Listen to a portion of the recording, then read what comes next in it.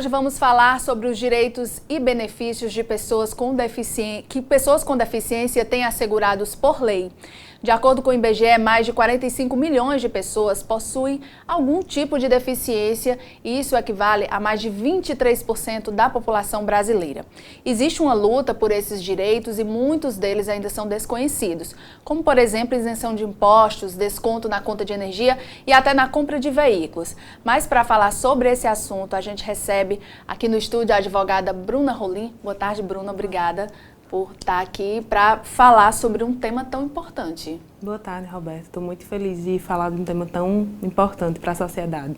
Bruna, a gente sabe, né, que os deficientes eles têm direitos, sim, mas consolidados. Vamos começar explicando quais são esses direitos.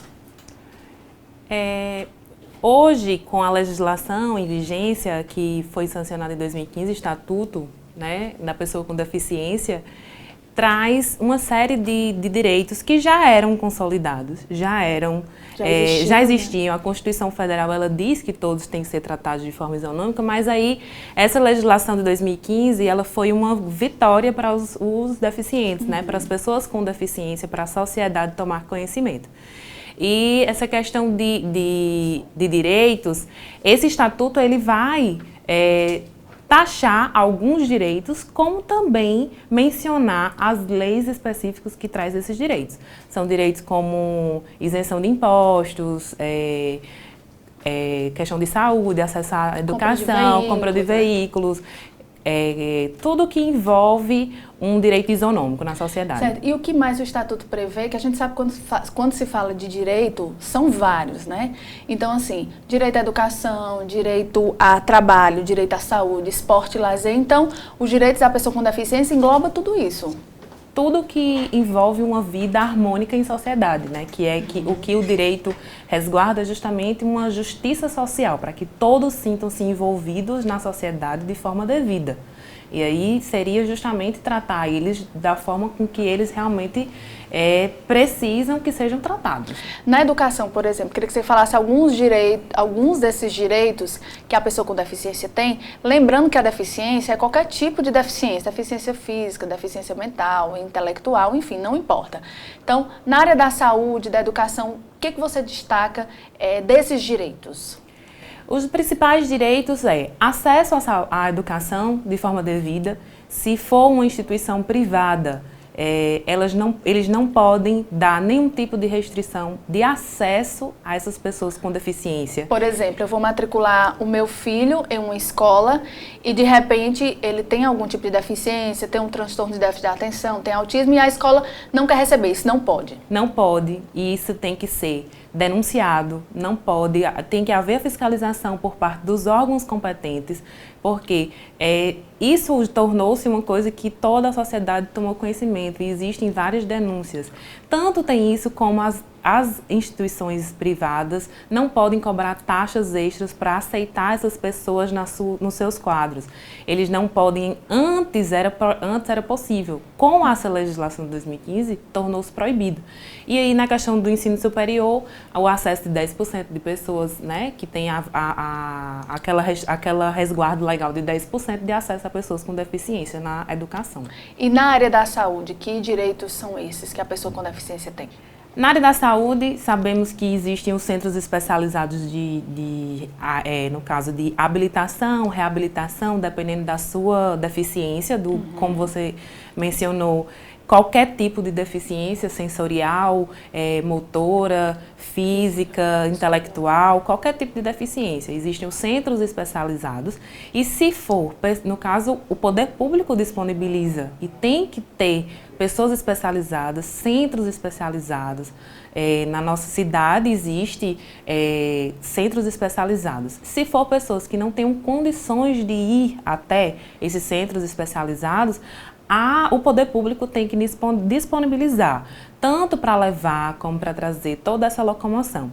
E no reduto privado, no privado, os planos de saúde eles não podem se recusar, nem podem cobrar a mais por ser pessoas com deficiências. Tem que resguardar o direito de que eles tenham acesso ao plano de saúde. Bruna, e as pessoas com deficiência enfrentam muita dificuldade com relação ao trabalho, né? Porque aí a gente sabe que existe a lei das cotas, que a empresa tem que contratar pessoas com deficiência, mas a gente sabe que essa realidade, na verdade, poucas empresas cumprem. Queria que você falasse desses direitos ao trabalho. É um tema muito importante, porque é o seguinte, essa lei justamente ela quer fazer com que essas pessoas se sintam ativas, se sintam economicamente ativas, que trabalhem, que exerçam seus direitos, que paguem os seus impostos, que façam tudo o que um cidadão faz. E aí envolve justamente o trabalho, acesso. Os empresários, eles sabem que suas empresas elas têm que separar um percentual para que sejam encaixadas pessoas com deficiências. E aí depende do porte dessa empresa, existe um percentual que a legislação trata de 2% até 10%, 15%, a depender do porte da empresa. Certo. E na área do esporte e lazer, né, que a gente sabe que a pessoa com deficiência também tem direito a essa área que é tão importante. Só essa questão de voltando ao trabalho, existe também essa questão, porque a gente fala do privado, mas fala do público. O concurso público, também. Ele tem uma cota de 10% que tem que ser resguardado para pessoas com deficiências. E aí, indo para o ponto que você mencionou, a questão de acesso ao lazer, acesso à cultura, e isso é constitucionalmente garantido. Torno a dizer, a nossa Constituição Federal, ela traz todos esses direitos como principais. O Estatuto da Pessoa com Deficiência, como eu falei, ele vai descer a minúcias, né? E aí ter acesso vai detalhar, espetáculos públicos, existem rampas de acesso, que aí vem a questão da lei da acessibilidade. Exato, que é outro ponto muito importante, que inclusive na nossa cidade a gente tem problemas, porque existem prédios públicos que não têm acessibilidade, existe também as calçadas não são adequadas, estabelecimentos comerciais como hotéis aqui em Patos, inclusive teve um que teve que se adequar, um cadeirante conversou, não chegou a entrar na justiça, mas conversou com a gerência do hotel e eles eles não tinham rampa de acesso e aí colocaram um elevador, mas depois de uma reivindicação. Isso. E aí a sociedade tem que reivindicar, né? Porque às vezes você se sente ali, mas naquela situação e deixa passar. Mas não, tem que ir atrás dos direitos. E é justamente isso. Acessibilidade não só em rampas, mas aí a gente vê calçadas que são lugares para as pessoas. A gente remonta a ideia de pessoas com deficiência física, que é mais complicado, buracos, pessoas nas calçadas que colocam cadeiras, mesas, isso aí está restringindo a acessibilidade. E aí acesso à cultura, esporte, diversão de forma geral, companhias aéreas, elas têm que ter um atendimento especializado para pessoas com deficiência, tudo o que envolve justamente a que eles se sintam encaixados na sociedade. Só para a gente relembrar, eu vou pedir para colocar a cartela aqui da lei, né, do Estatuto da Pessoa com Deficiência, só para a gente relembrar que direitos são esses. Olha, Estatuto da Pessoa com Deficiência, Lei 3.146 de 2015, direito à educação, saúde, trabalho, esporte, lazer, são todos esses direitos. E a gente vai falar mais aqui de alguns, Bruna, que é com relação a impostos e isenções. A gente também tem uma cartela, ó. Direitos e benefícios. Queria que você falasse, a gente só colocou alguns exemplos, mas queria que você falasse desse ponto, dessas isenções, desses benefícios que a pessoa com deficiência tem. Essa questão de isenção de imposto de renda, o pessoal trata muito. Existem as deficiências que traz essa questão da isenção do imposto de renda, mas não são todas, são as mais gravosas, são as pessoas que têm deficiência mental, cegueira completa, algumas pontuações. Isenção de IPI, que é o imposto sobre produtos industrializados, e isenção de IOF, que é o imposto sobre operações financeiras. Esses são dois impostos. Eles estão a nível de União, eles são impostos da União, então eles têm que ser requeridos. É um direito da pessoa com deficiência, tem que ser requerido junto à Secretaria da Receita Federal. E aí ele tem que se dirigir à Secretaria de Receita Federal, levar os seus laudos médicos para conseguir a isenção. E aí, no caso de adquirir carros, né, de adquirir veículos, isenção de IPI e IOF. Isenção de ICMS, que aí seria Imposto sobre Circulação de Mercadorias e Serviços, que é um imposto estadual. Ele também você tem que requerer, no caso, por ser um imposto estadual, você tem que requerer junto à coletoria estadual. E IPVA, isenção do IPVA, alguns estados concedem essa isenção do IPVA, não é o caso do nosso estado, infelizmente. Existem algumas situações que judicialmente consegue-se, mas a isenção do IPVA, isenção de tarifa de transporte público, graças a Deus na Paraíba, que é o nosso estado, há isenção de transporte público, existe um programa que é o transporte legal, que aí pessoas elas podem transitar de município a município com os seus acompanhantes de forma gratuita. Tem uma carteirinha? Tem uma carteirinha, passe livre, né, que eles falam. O saque de FGTS e PIS também existe, há algumas deficiências que podem ser feitos o saque de FGTS e do PIS. Acréscimo de 25% na aposentadoria por invalidez, desde que a pessoa comprove que realmente precisa de uma terceira pessoa para auxiliá-la.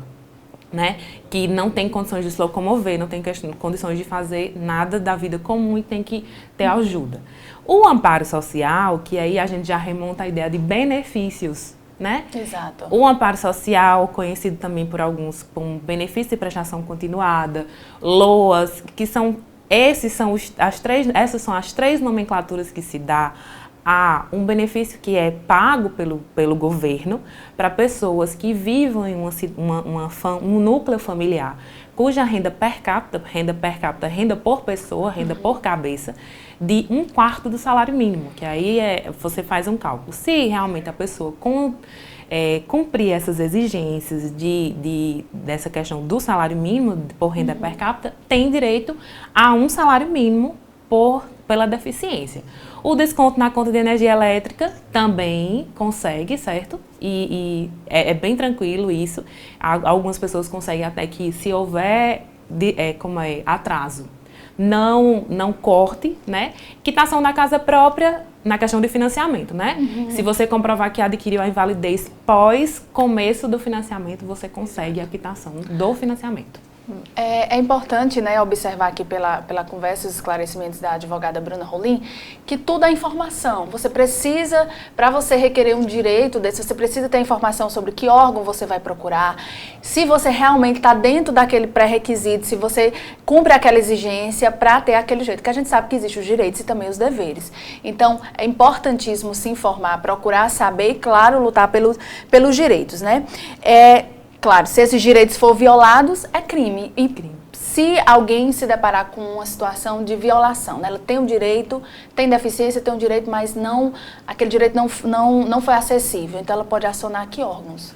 Os órgãos que podem ser acionados é crime, certo? Como a própria falou. Você tem que ir à delegacia, prestar uma queixa formal, ou ao Ministério Público, que também tem essa prerrogativa. Também a OAB tem a Comissão de Direitos Humanos, que você pode fazer essa denúncia, e se for o caso de crianças e adolescentes, tem que acionar o Conselho Tutelar para que intervenha, e aí é crime, prisão, multa e etc. Exatamente. Bruna, eu queria agradecer muito a sua participação, acho que foi bem esclarecedor, né? Quem também, as redes sociais de Bruna, pode procurar a Bruna Rolim lá, que ela pode tirar mais alguma dúvida. Infelizmente, nosso tempo acabou, mas muito obrigada pela sua participação, foi muito esclarecedor. Obrigada, boa tarde.